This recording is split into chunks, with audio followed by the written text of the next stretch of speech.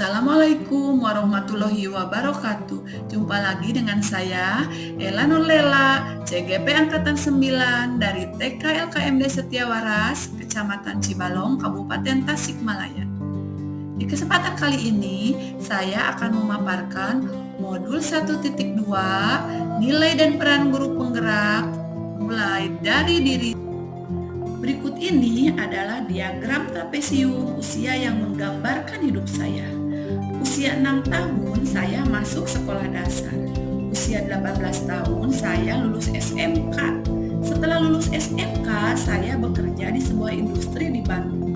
Kemudian di usia 20 tahun saya menikah. Saya lulus kuliah tahun 2013 untuk jenjang SD.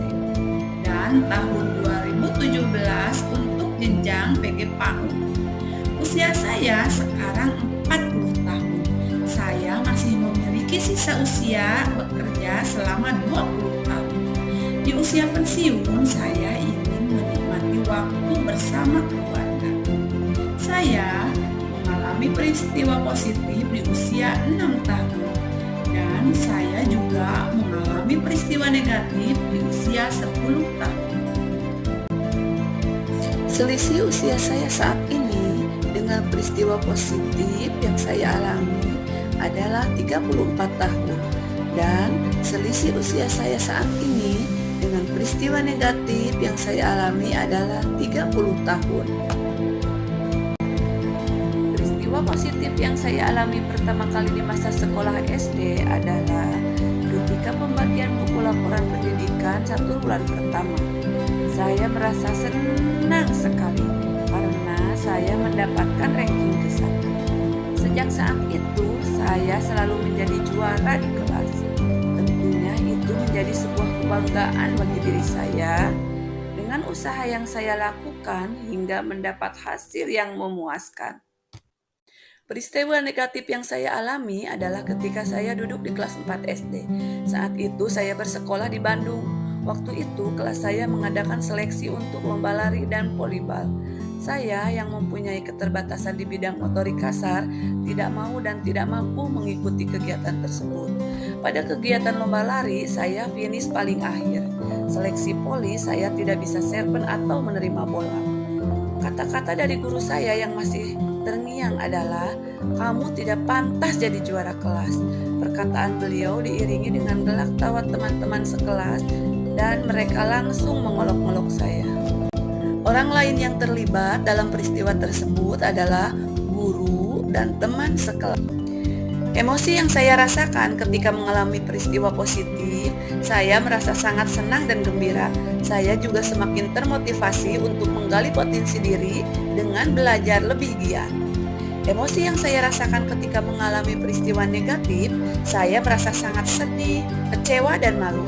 Namun timbullah perasaan ingin bisa dari dalam diri saya jadi bersemangat ikut latihan olahraga, meskipun hasilnya tidak maksimal karena keahlian saya bukan di situ.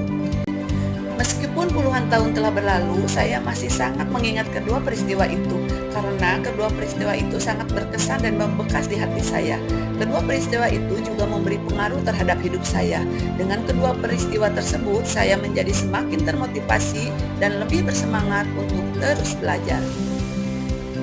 Pelajaran hidup yang dapat saya petik dari peristiwa tersebut adalah sistem pendidikan yang disesuaikan dengan bakat dan minat yang dimiliki oleh anak, hasilnya jauh akan lebih baik dibanding pendidikan yang hanya berpusat pada guru. Guru lebih baik menuntun peserta didik dan jangan menuntut peserta didik untuk melakukan apa yang guru mau atau sukai.